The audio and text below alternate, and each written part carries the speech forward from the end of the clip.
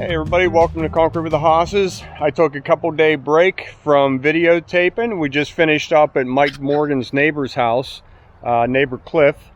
If you don't know him, go to Outdoor with the Morgans and watch us pour a pretty nice outdoor patio area for a picnic pavilion that they're building. Outdoor with the Morgans. Most of you came to my channel through Mike's channel, so you know about it. There's a handful of you that are just learning about this now. So if you want to see what we've been doing for the last 2 days, Outdoor with the Morgans, I think you'll like it. And then come on back and see us. We're doing this project right here now, right under this deck. This gets a 20 by 12 foot rolled slate patio. This side needs dug down, I don't know, 5 or 6 inches. This side, just take that grass and topsoil away. We're just going to lose it right down in the woods there. No hauling needed. I'm just going to dig it out with my 249 D3 track machine. Right between these, the two Steves are bringing me lumber and material back. And we're just anxious to get started. Today's getting a little bit late. And as you see, it's starting to rain as usual. So a little bit of digging and we'll be done for today. Hope you enjoy it.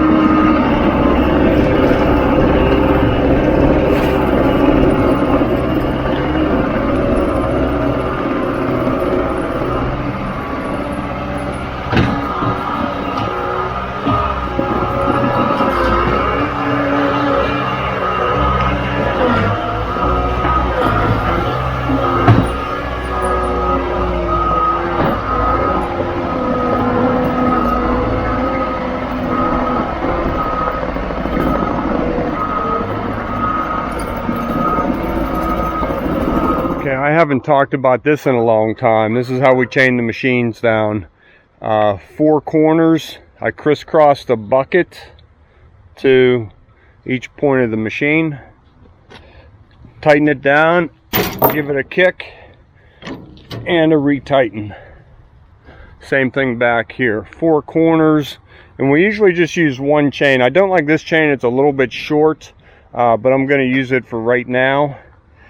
We usually have a little bit longer one like we have up front, but we must have got them switched around. Again, 4 corners, tie it off. Tighten, kick.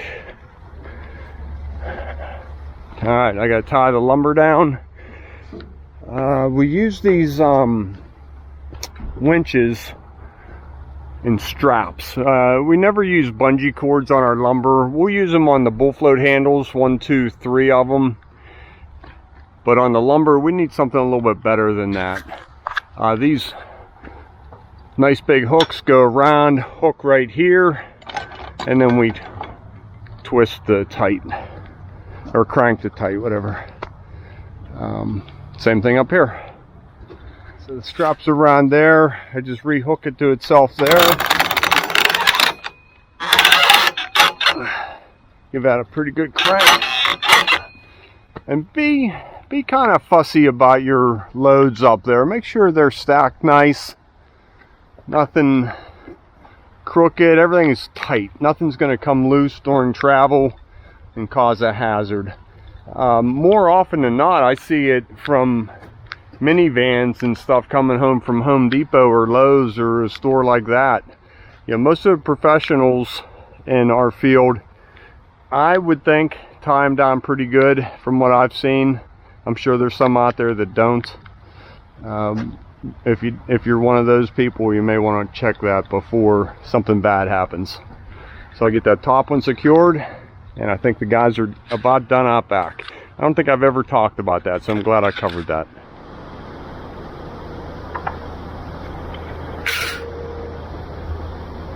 Let's go, it's raining. Tidying up. Raining? This isn't rain. Good morning, everybody. Thanks for tuning in to Concrete with the Hosses.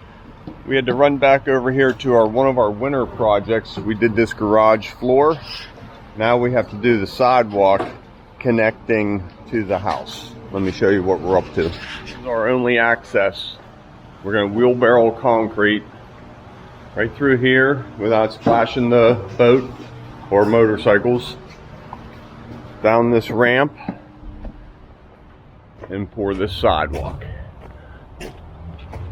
This is a good day for this. It's going to be hot again, so we're in the shade. It's nice and early. We're going to be done before it gets hot, but we have to come up here and hit this what is this, 8 by 10 patio as well, and get all this connected up. So we'll put expansion joint against that, and that. We have some rebar will place as we go. It's an uphill wheelbarrow. Good morning exercise. Just a straight broom sidewalk. Should be pretty simple compared to some of the projects we've been doing lately. Mixer's due any minute. I think all of our tools are out. We're ready to go. We'll be pouring in a couple minutes. 3 wheelbarrows going. You wheeling, EJ? You're the man. Woo! All right, we'll pick man your battle stations and get ready.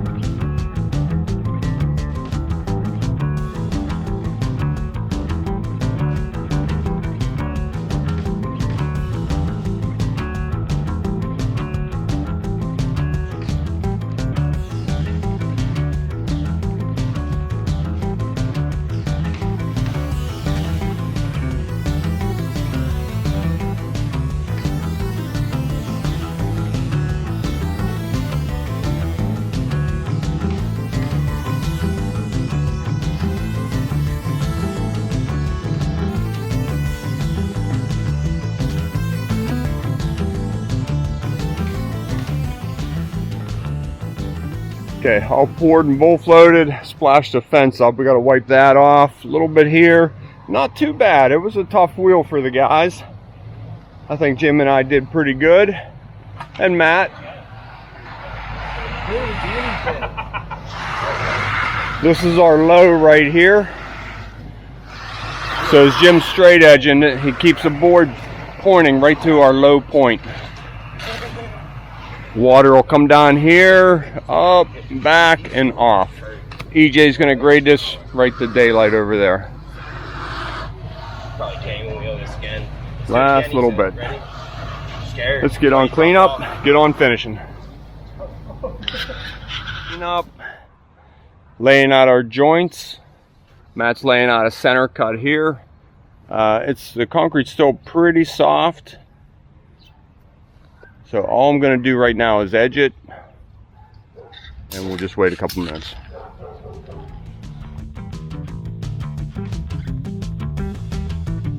Concrete's all edged, almost ready to cut. I'm gonna go ahead and leave this job, head over and prep a patio that we dug out yesterday and get that ready before it gets too hot. So come on along with me there, check out that one. All right, so we're over here at our other patio, lining this backyard with traction mats, getting some forms in. This is 20 feet by 12 feet out, rolled slate patio. So we'll get this prepped and get concrete coming here shortly.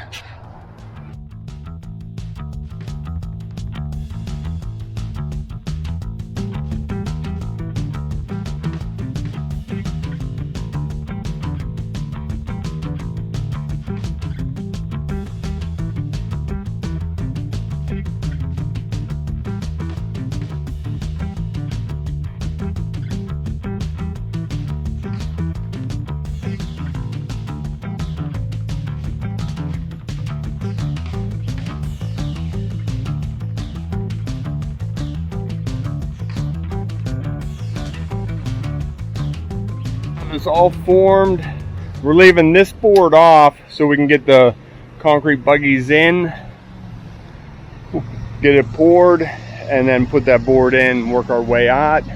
We have Elliot getting everything ready. Everything is laying out, ready to go. A little bit more stone coming in. I'll walk out and show you how we load these.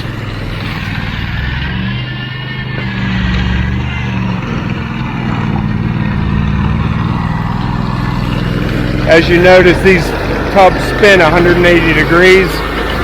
Very universal for us to work with. The tracks, that we've never got one stuck yet. That they go anywhere. Running up this walking path all the way to the back of the truck. So this is one reason we use the pumpers quite often. Rather than getting a pumper for the concrete, we just use these because we have them just for this reason right here. Look how easy this is, loading stone right out of the truck into there. Now to help it, little height, I cut these blocks and we back the truck up on the blocks, raise the bed, fills the buggy.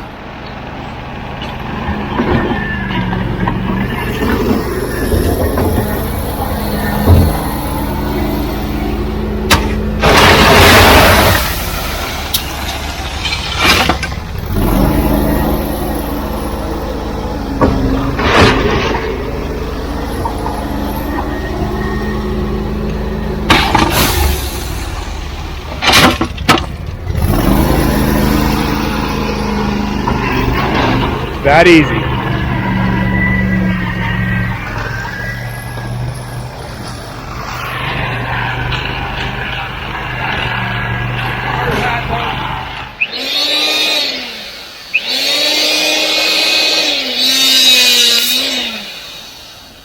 Cutting these to our right length.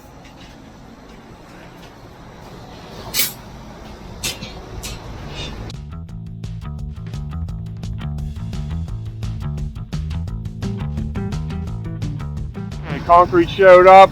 I gotta get busy helping Steve. We're pouring this about a 5-inch slump. We're in the shade. We just want to get it done before it gets real hot out. Might get a little sip of water in that. Steve, you need a drink in that? Steve, you need a drink in that? He can't hear me. The AC's running over there. Okay, well, I'll put you on time lapse for a little bit. Talk to you soon.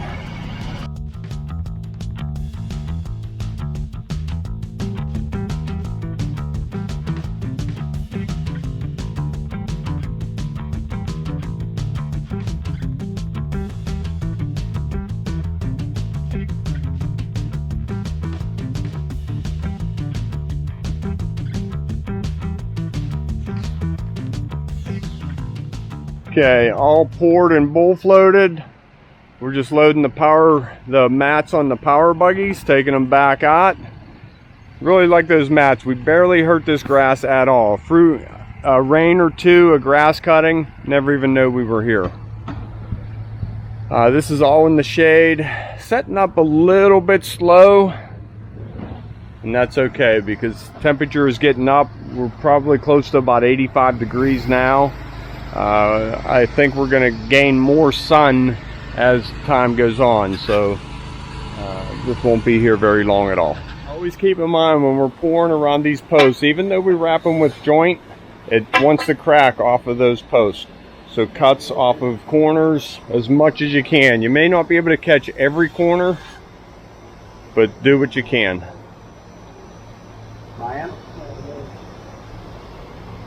So we measured 24 inches in here and here. That's our overhang of the deck. Oops, sorry about that. Up there, 24 inches. 24 inches. So back there, 24 inches. That'll give us a nice straight line, uniform look, almost a border look. Elliot just got me a 2x4 here. I'm going to start on these fronts. Now if I just run these straight out, it's going to want to crack on an angle. So I just go ahead and do that. I give them a slight turn and I think it looks real nice. Just a little turn like that and like that. And we'll do every post. Just a slight angle and then you just make it match. You could, really nothing to measure off of. Matt's pretty good. He'll just eye it up and it'll look real good. He does a light impression on it, get a visual, cut it. Post to post. Post to post. Okay, same thing here and here. So I think that's real good protection there and it looks nice. And remember, we're all rebarred in around these. These will hairline crack right there. It's never gonna move. Steve's finishing it up. So we can actually measure, go ahead and grab a tape. Let's see what our spacing is from cut to cut. I'll leave the camera on, we'll see how good we are. And when I say we, I mean Matt. 27. And 24. 24, 3 inches off. Hold on. You weren't even going to give me a second to guess. Go ahead, you guess. Steve's gonna make his guess. He's cheating, yeah. How am I cheating? I don't know. 24. So that was good? Yeah, you're good. They're all really close. Okay, here we go. The fun things we do at work.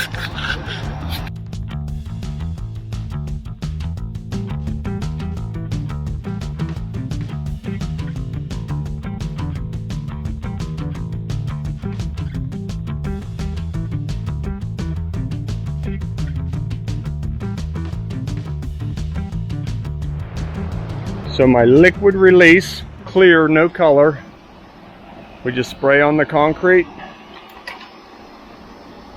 We spray the wheels, nothing sticks to it. Start putting down our slate texture. Let me see that wheel, Matt. Just looking at it. You can see the slate impression that it's leaving behind. Okay.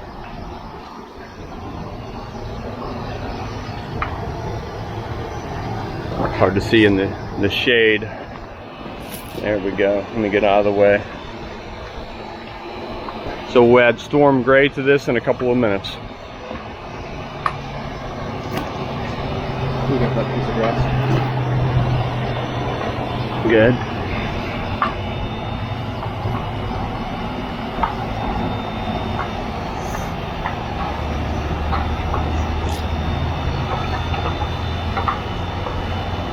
Notice how he flips it to change up the pattern.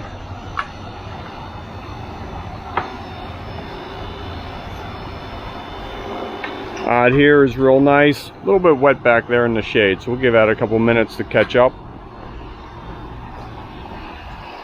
No standing around. Concrete doesn't wait. What do I always say? Concrete sets the pace, not me.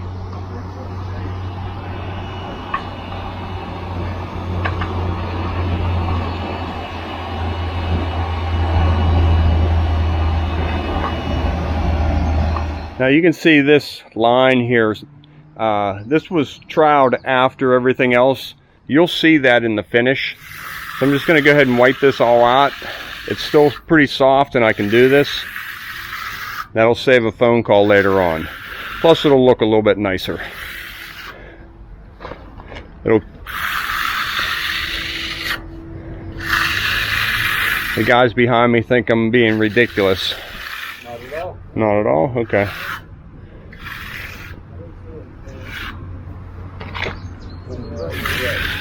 There we go. A little bit right there. Let that evaporate a little bit. That would probably go away, but sometimes they just hang on for a long time and you can see them. It's not a big deal, but it just doesn't look that good. Now there won't be any issues with it. So we just gave it another spray and a roll. Now it's all the same shade.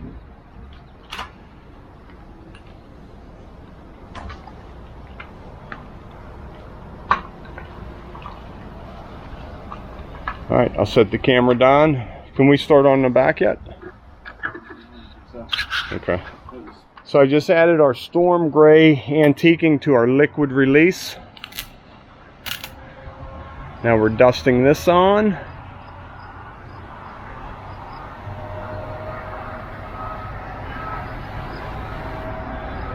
How about that?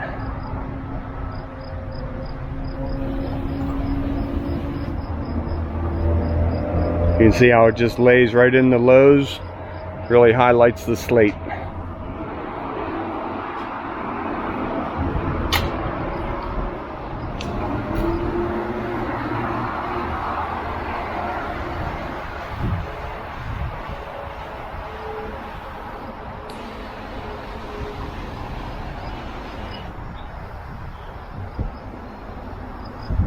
Brings it right to life. All right, still a little soft back there. We'll be doing that shortly.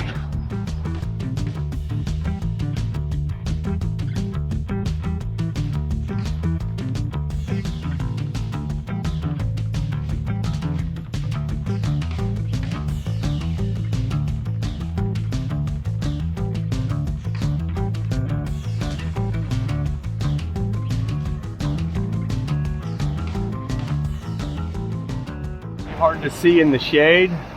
There it is, all done. We'll let this dry. I'll give it a cleaning and a sealing. Steve's pulling the forms off here. Let me go show you the face over here. These are broken stone liners across here. Oops. And about halfway back.